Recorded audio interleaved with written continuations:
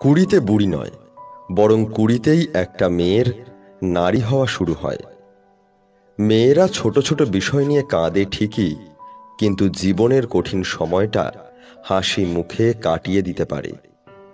মেয়েদের জীবনে স্বামী হলো সেই রক্ষাকারী ওষুধের মতো, ভালো হলে তো ভালো, আর ভেজাল হলে জীবন নষ্ট।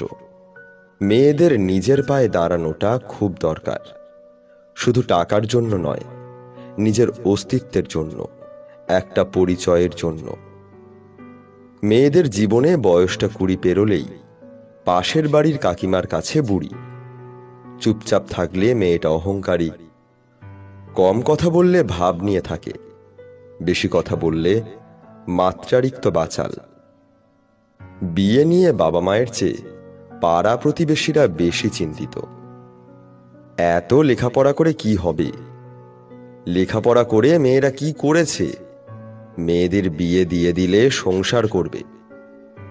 মেয়েদের বলছি, তুমি যেটা চাও সেটাই করো।